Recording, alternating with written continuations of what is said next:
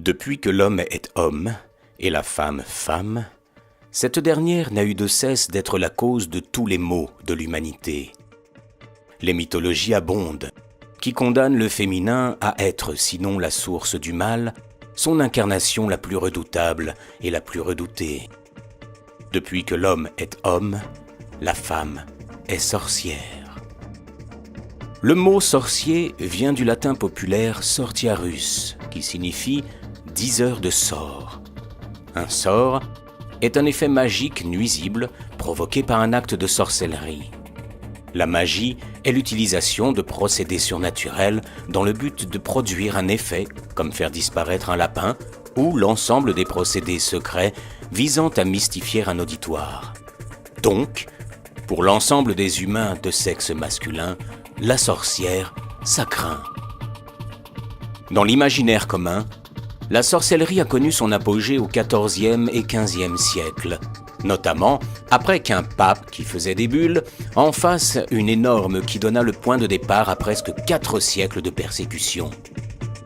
Partout dans le monde connu, des femmes, des hommes et des animaux furent condamnés à une mort certaine pour fait de sorcellerie.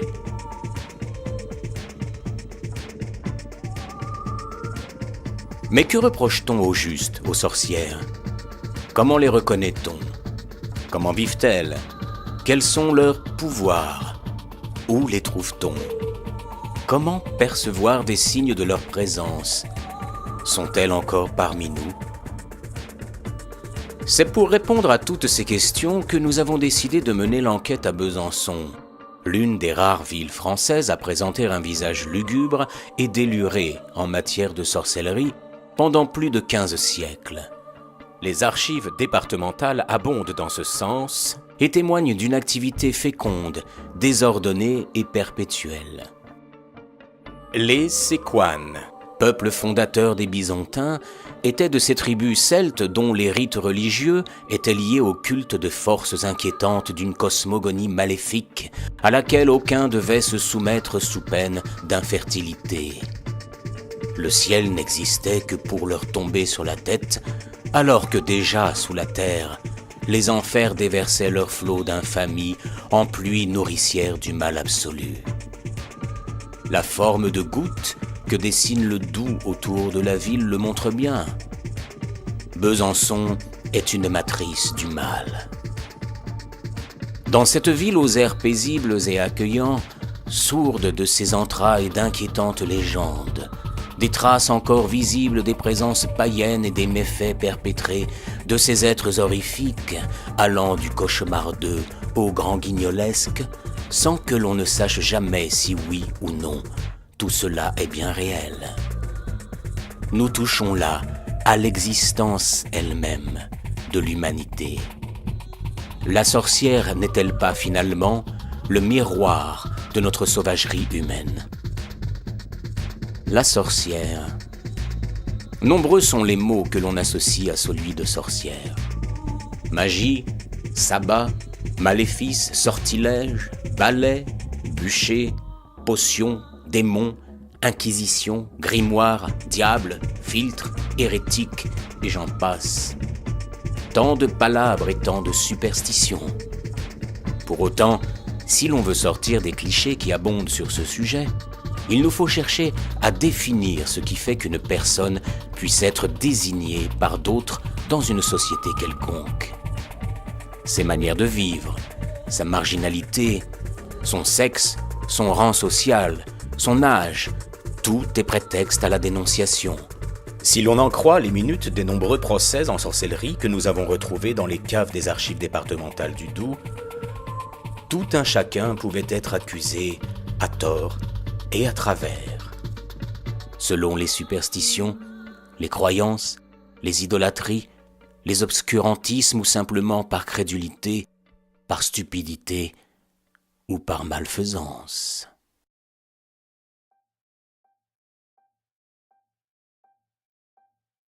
Il y a 1000 manières de reconnaître une sorcière et ce dès le plus jeune âge. Si votre enfant s'endort sur le côté droit, si ses pupilles sont souvent dilatées quand vous lui demandez d'aller se coucher ou s'il marche la tête à l'envers la plupart du temps, c'est probablement qu'il adoptera le visage inquiétant des suppôts de Satan.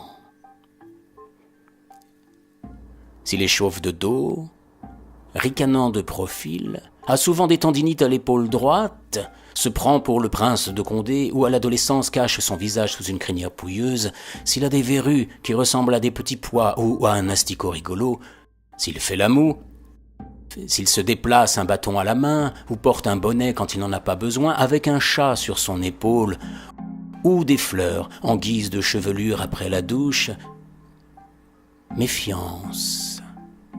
Si votre enfant est polygame, s'il joue aux dames, s'il est maire de chorégraphe, méfiance. S'il vous donne l'étrange impression de parler avec plus de mains qu'il n'en possède réellement, alors que pour une fois vous êtes resté sobre au mariage de votre tante Jean-Pierre. S'il ressemble à une étoile de mer qui parle, alors que vous savez pertinemment qu'une étoile de mer ne parle pas. Hein? Vous le savez qu'une étoile de mer ne parle pas. S'il vous snobe, s'il joue de la guitare comme un manche ou fait des danses étranges dans le salon avec ses amis des ballets russes de Papouasie, méfiance. Si son doudou est un balai, s'il s'en fait une moustache ou une coupe de cheveux rebelle très difficile à porter par vent de force 4, s'il te tient par la barbichette ou joue du piano sans clavier, s'il vous tire la langue tout seul dans sa chambre à la lueur de son portable, méfiance.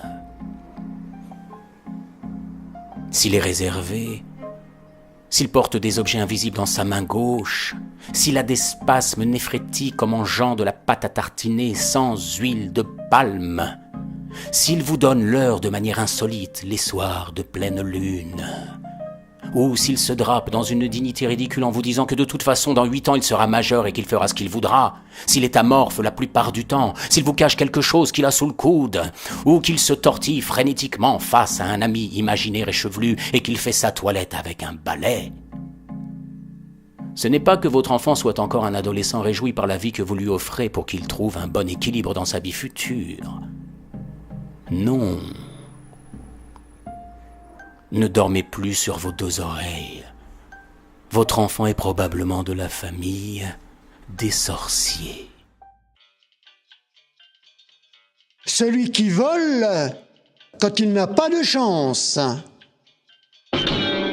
Celui qui perd tout ce qu'il gagne. Celui qui ne sait rien faire. S'appelle Charles le malchanceux. Celui qui vomit devant la beauté. Celui qui régurgite les enfants. Celui qui détruit les mariages. S'appelle Attard. Celle qui a peur des araignées. Celle qui a peur dans le noir. Celle qui mange les enfants et disparaît de temps en temps. Celle qui joue au chat perché. Poil au nez. S'appelle Jamaïque Fantastique. Celui qui a 4 bras. Celui qui crache tout le temps devant la télé. Celui qui vit dans un centre hospitalier.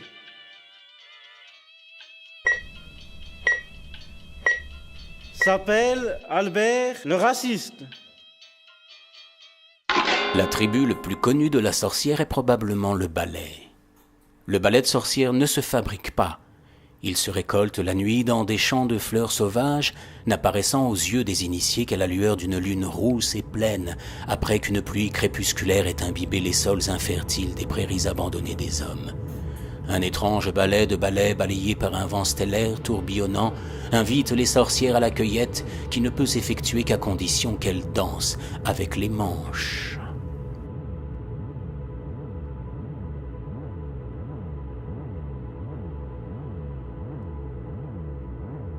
Le balai est très utile pour savoir d'où vient le vent,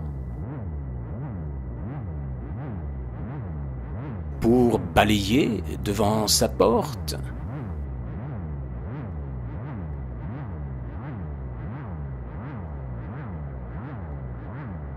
Tout balayer sur son passage? Pour imiter les frères Jacques dans une chanson sur les corneilles? Tourner cette fois son balai devant sa bouche? Laisser tomber son balai pour exprimer sa différence? Chasser son ennui dans les nuages? Ou gratter la tête d'une roue quand elle ne tourne pas rond? Ou encore balayer sous le tapis en rampant? Certains témoignages rapportent que les sorcières s'en servaient lors du sabbat pour se précipiter dans des états seconds, enduisant les manches d'onguents hallucinogènes qu'elles enfilaient dans leur intimité profonde. Ce n'est que pure légende qu'il nous faut balayer d'un revers de main. Le balai leur est vraiment d'utilité utile. Pour la marche nordique dont les sorcières sont adeptes, pour passer le temps qu'elles trouvent souvent trop long, mais aussi pour passer incognito en imitant les 1000 pattes, préparer les sols en vue de récolter la mandragore ou la belladone,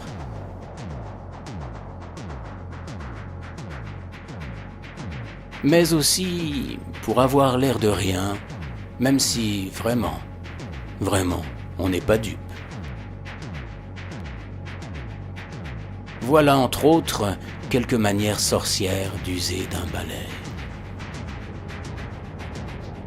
Pour autant, posséder un balai ne pouvait suffire aux inquisiteurs à prouver qu'une personne était bien une sorcière. Lors, pour faire fi de toute vérité, les juges suprêmes avaient trouvé quelques subtils et imparables stratagèmes.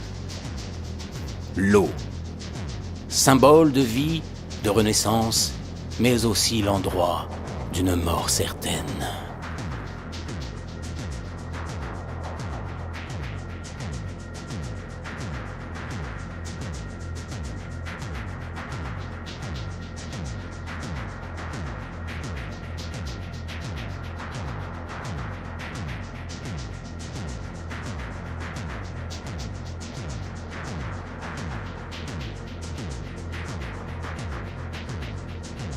Voici ce qu'ils avaient trouvé, ces juges. Prenez une personne que vous soupçonnez de sorcellerie. Lestez-la de pierres lourdes, si lourdes qu'avançant dans les eaux d'un lac profond, le corps n'a d'autre choix que d'être submergé. Si la personne flotte, la preuve est faite, c'est une sorcière. Et si elle ne flotte pas...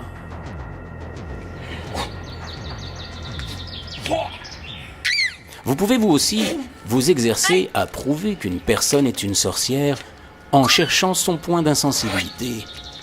Voici quelques idées qui peuvent servir, le cas échéant. Tant que la personne réagit, vous n'avez rien prouvé. Mais c'est vrai qu'à force de supplice, le corps, ou plutôt la perception que l'on a de la douleur, finit par s'estomper. C'est alors que vous devenez une sorcière.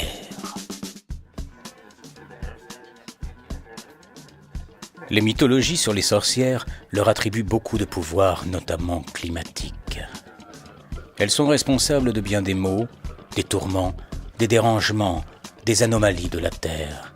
Et face à cela, les scientifiques sont souvent dans l'embarras. Mais pouvons-nous à tout moment nous en remettre au réchauffement climatique ou à un coup du destin ? Nombreux sont les exemples où la nature semble s'acharner sur l'humanité sans raison aucune, désignant mauditement certaines régions du monde, certains peuples.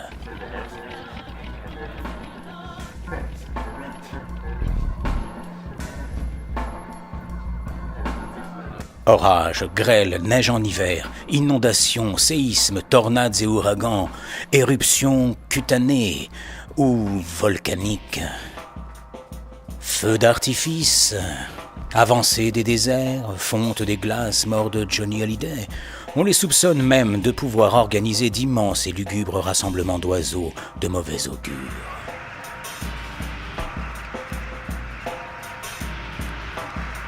Leur attribuer de tels pouvoirs est peut-être moins fou qu'il n'y paraît. Alors, où trouver ces êtres maléfiques? Depuis où agissent-elles? Besançon, ville ensorcelée. À en croire Léon dit, Les sorcières vivent le plus souvent dans quelques maisons communes, niches sur les remparts, dans des maisons en bois HQE, dans des habitations improbables qui ressemblent à des maisons d'Harry Potter, dans des tours à flanc de coteaux, des passages souterrains abandonnés qui mènent on ne sait plus où, justement parce qu'ils sont abandonnés et que décidément c'est mieux comme ça, mais du coup c'est prétexte à tous les fantasmes. On peut aussi trouver des sorcières dans des horloges solaires, dans le lierre de vos fenêtres, vos boîtes à lettres, dans les forêts équatoriales de Franche-Comté, sur vos toits, bon pas là mais quand même, dans vos caves, dans les toilettes à oiseaux, sur le chantier délaissé du tunnel sous le Doubs, dans ce château à droite sous le 3e créneau, là aussi dans cette grotte desséchée, sous terre, dans un hôtel 5 étoiles, dans un nid de vache, ou même encore là, dans un grille-pain, derrière une brouette, dans l'ancienne piscine municipale, dans un clapier de lapin peint à la main, et même une yourte nature en poil de coccinelle du Gabon lestée par de lourdes chaînes. Quoi qu'il en soit, elles ne sont jamais loin ni jamais seules. Vivant à l'écart du monde, les seules compagnies qu'une sorcière tolère à s'écouter sont celles des animaux. Le bestiaire vous est très familier, alors méfiance. Peut-être devez-vous regarder de plus près ces amis domestiques qui vous tiennent compagnie plus ou moins malgré vous. Sont-ils si innocents dans leur animalité tranquille ?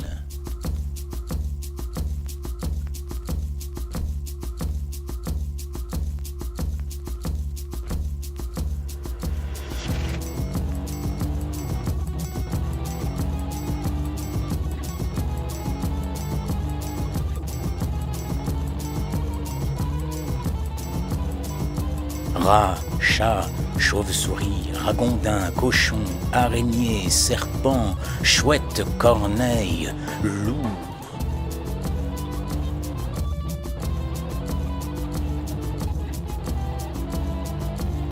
Souris communes, trop communes, qui vous visitent la nuit, ou même un chien à lunettes, méfiance.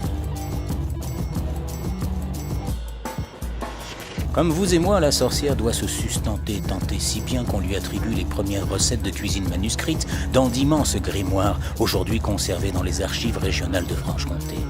Fricassés de fourmis,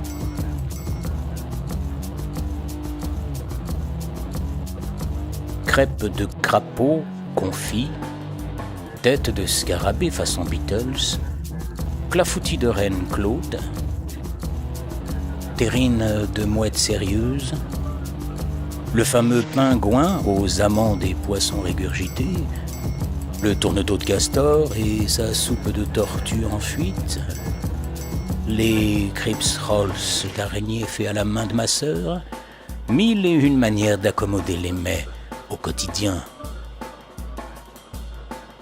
Il est fort possible que vous croisâtes des sorcières dans les rues de Besançon. Elles se déplacent souvent à vélo, en manche à tête de cheval, en yacht doté d'hélicoptères, en bus à blague, en ferry boat, également en chouchou pour hommes invisibles, en balai, bien sûr, ici un modèle de Mini de chez Austin, mais le plus souvent dans des véhicules plus communs, alors méfiance.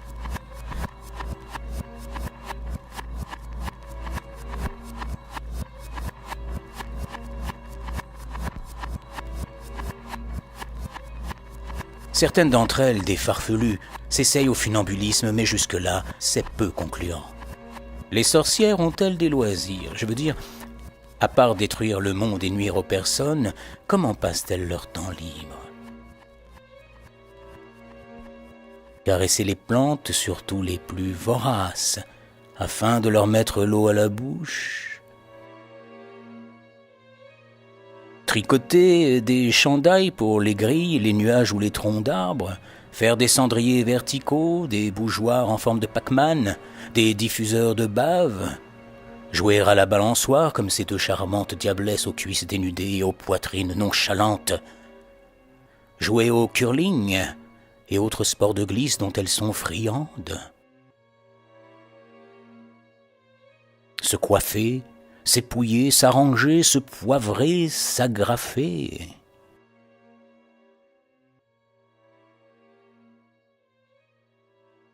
Jouer avec son pimpin entre les jambes. Faire des dérapages contrôlés. Et le plus souvent, dormir. Dormir. Quitte à ce que dans leur tête tout s'entremêle.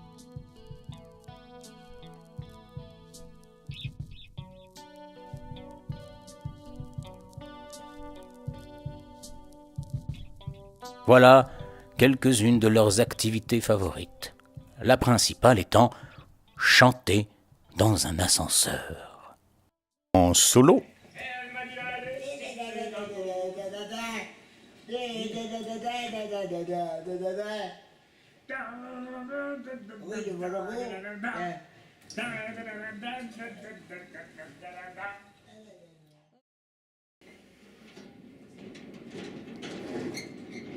Ou à plusieurs.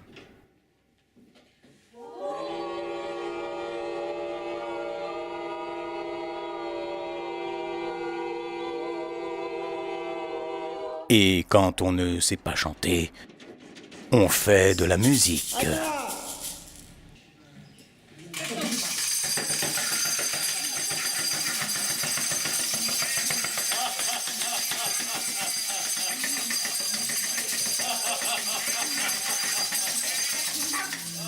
Cette musique savante qui accompagne les grands rassemblements des sorciers et des sorcières.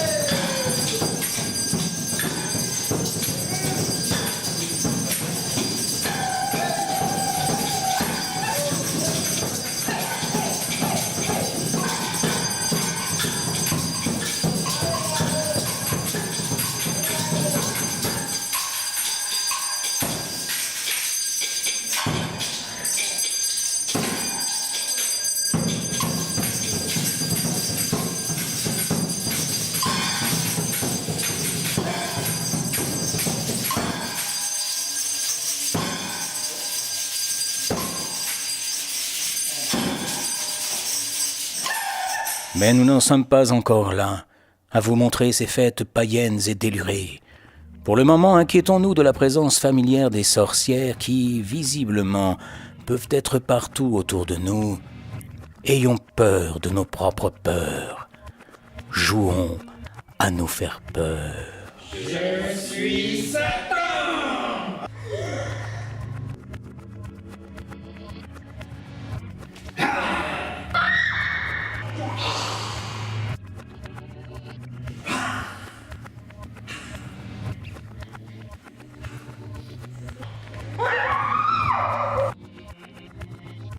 L'habit ne fait pas le moine, ni la boulangère.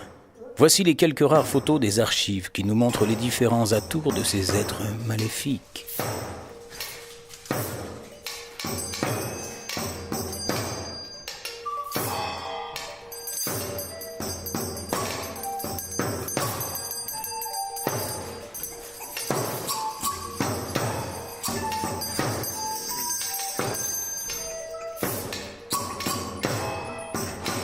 Ainsi vêtues, elles peuvent enfin utiliser leur pouvoir qu'elles tirent du fond des âges.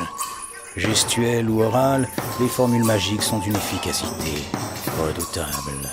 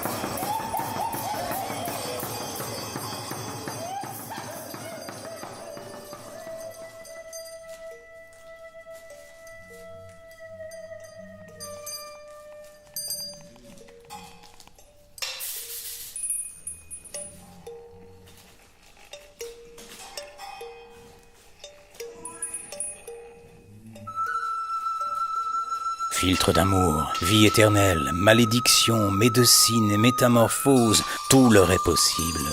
Voyez leurs accointances avec le feu.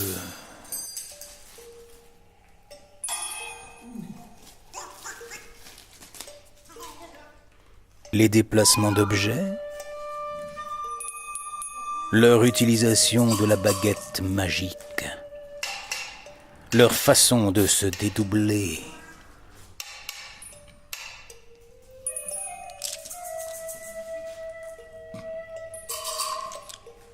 Leur art de la calvitie, celui de brasser du vent, leur art du kung-fu franc-comtois, celui de se brûler les doigts pour fêter les anniversaires.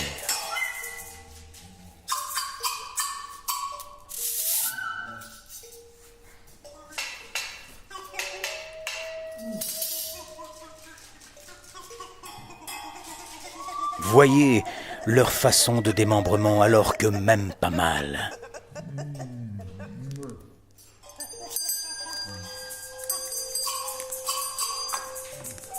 Disparition. Apparition. Avec elle, le sort en est jeté. La sorcellerie est l'art de maîtriser tous les éléments, toutes les forces qui nous entourent, les visibles et les invisibles.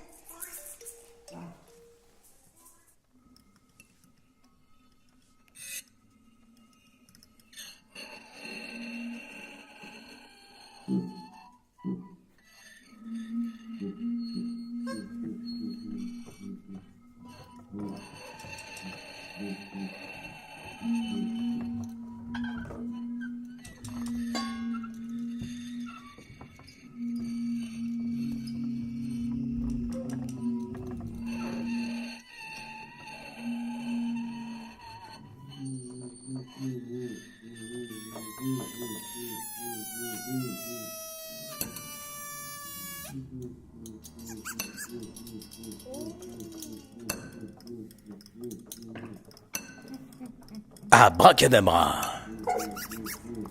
Et le monde bascule dans les ténèbres.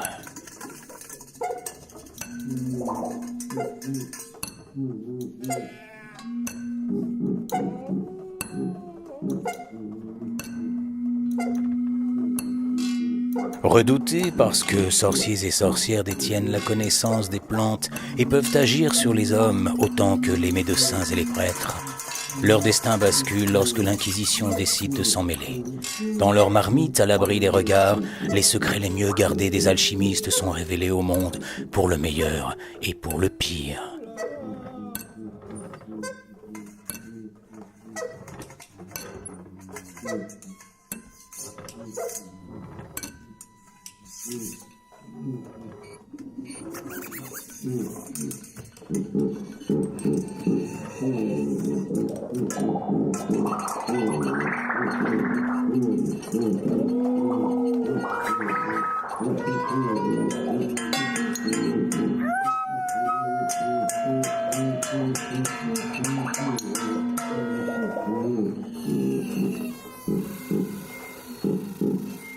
Potion pour rendre fertile une femme, filtre pour séparer deux amoureux, pour devenir plus belle, changer le plomb en or, son chien en chat et sa belle-mère en Beyoncé.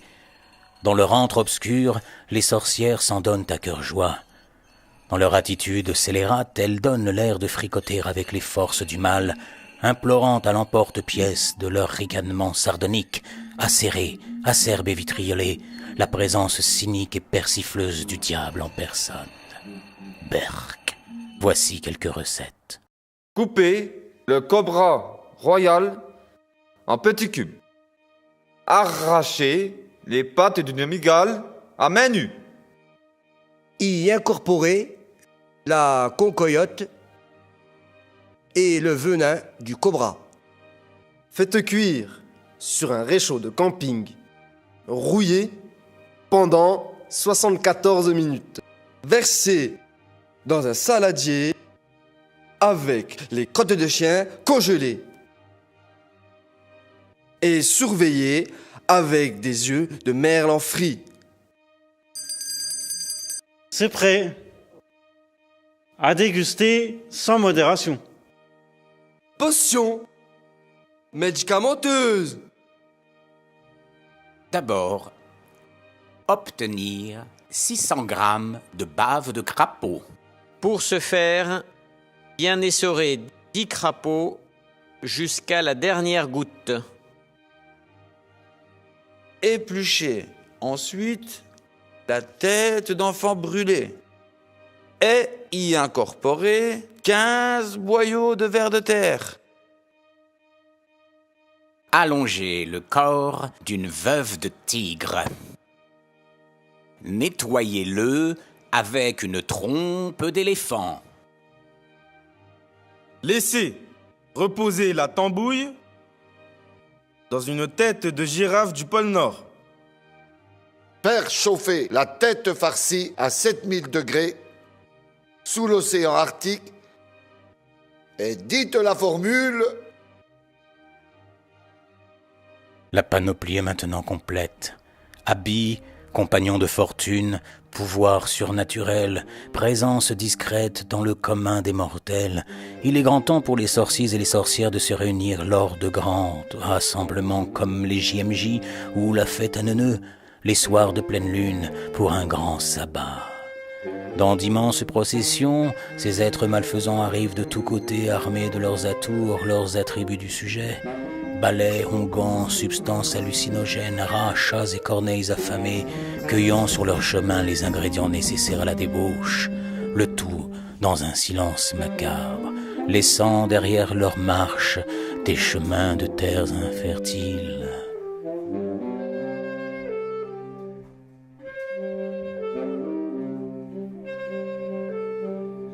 Là, la pudeur m'oblige à taire les méfaits, les ordonnancements délurés pratiqués par ces suppôts provocateurs et incendiaires, qui, lors de danses lascives et licencieuses, accompagnent de mélopées langoureuses et idolâtres, touchent à ce que l'humanité a de plus sombre et qui donnent lieu aux superstitions les plus tenaces. Regardez plutôt.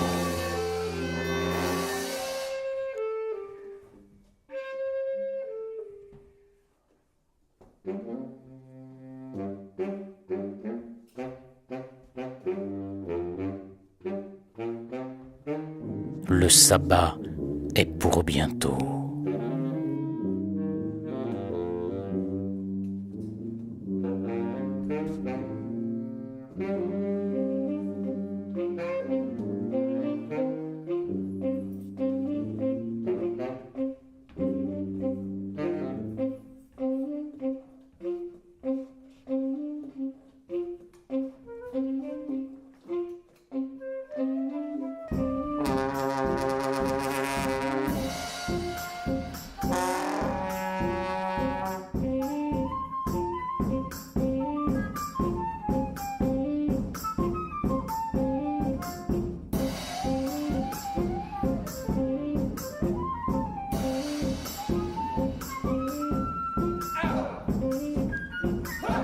Le lendemain, dès l'aube, à l'heure où rougit la campagne, tout ce beau linge grouillant des guenillers, épuisé des plaisirs abominables de leur nuit dévoyée, s'en va retrouver le monde décevant de votre quotidien.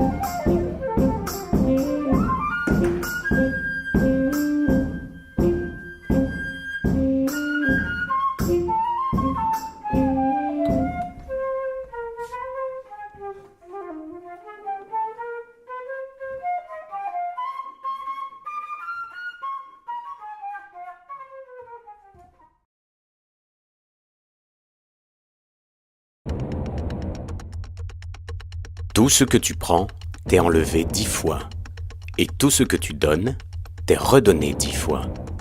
Ceci est l'un des grands principes de la sorcellerie.